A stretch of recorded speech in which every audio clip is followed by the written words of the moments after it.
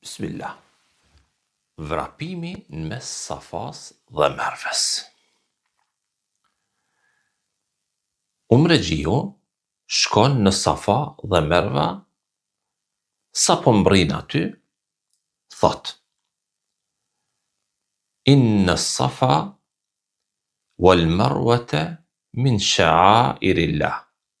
فمن حج البيت أو اعتمر فلا جناح عليه أن يطوف بهما ومن تطوع خيرا فإن الله شاكر عليم.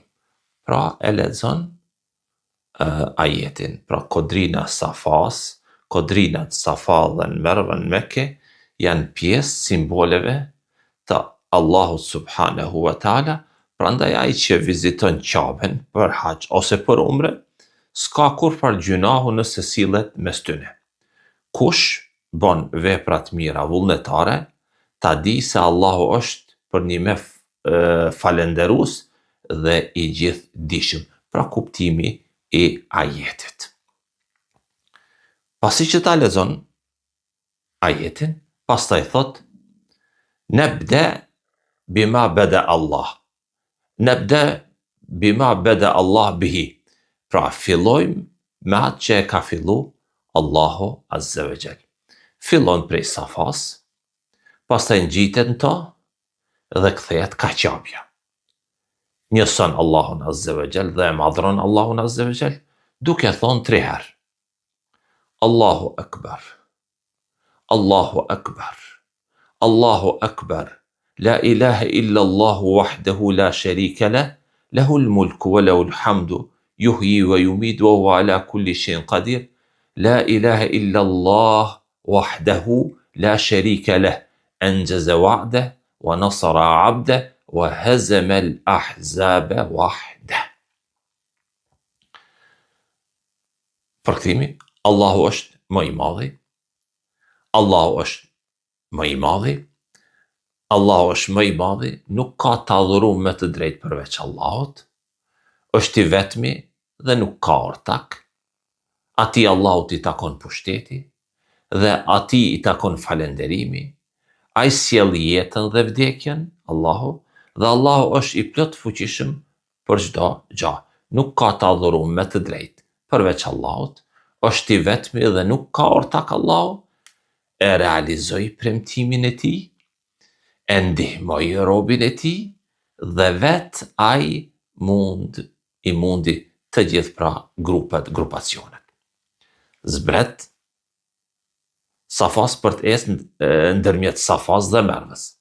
Hec derisa ta rrin tek ato shenjat e gjelbërta, dritët e gjelbërta, aty fillon me ecë më shpejt derisa ta arrit tek shenja tjetër e gjelbërt. Ngjitet derisa ta arrit në Merva dhe qëndron aty. Vepron qashtu qysh ka vepruar Safa. Drejtohet kiblës, njëson Allahun azza wa jall dhe e madhron Allahun azza wa jall, gjithashtu thot edhe lutje të tjera. Kjo llogaritet një xhiro. Safa Merva është një. Pastaj kthehet përsëri. Pra, ngjitet në Safa, ecën aty ku duhet ecë, dhe vepron në vendin ku duhet me vrapu, siç e përmenda pak më përpara. Kjo është xhiroja e dytë. Kthehet përsëri tek Merveja dhe kështu vepron derisa të plotsoj 7 herë. Sa'i pra fillon në Safa dhe përfundon e 7-ta në Merve. Nëse lutet gjatë sa'i duke thonë Rabbik fir warham innaka Entel A'az El Akram, o Zot më fal dhe më mëshiro, vërtet ti je më krenari dhe më bujari. Nuk ka gjë të keqe ta bëje këtë dua, nga se kjo është vërtetuar dhe ka ardhur prej shumë parëve tonë selefëve që një gjë të tillë e kanë vepruar, e kanë punu. Kur e përfundon xhiron e 7 në Merve, pra fillon në Safa, kurse sa'i përfundon në Merve, në fund sa'it duhet të veproj pra t'i pres flokët e tij, apo t'i rruaj, apo t'i qeth, apo t'i shkurtoj, e me këtë veprim pra përfundon umreja.